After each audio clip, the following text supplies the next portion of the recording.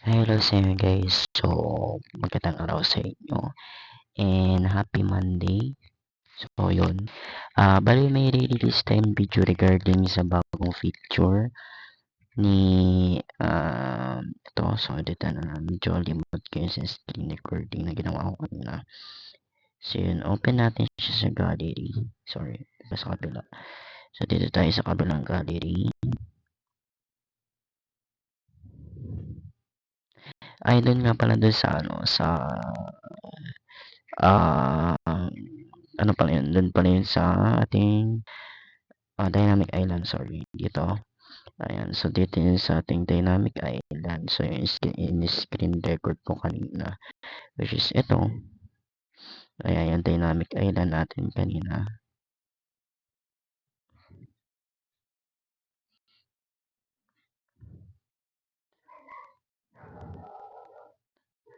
Oh, nawala yung screen record. Ay, ito pala yung record screen. Ayan. So, ito pala yun. So, screen record ko yung kanina, which is yung Dynamic Island.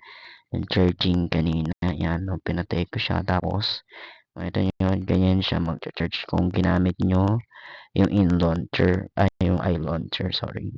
So, ganyan lang siya. So, ito, pwede siya working yung screen recorder niya, which is itong screen recorder na itong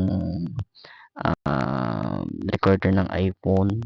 So, yan, ano yan, built-in na siya once na install niyo yung iLauncher. Tapos, pagka pinatay niyo yung phone niyo, is magwo-working pa rin naman yung screen recording. So lang guys, ang ating bagong feature regarding dito sa ating karugtong na mga features ni iLauncher. Yun lang guys, and thanks for watching.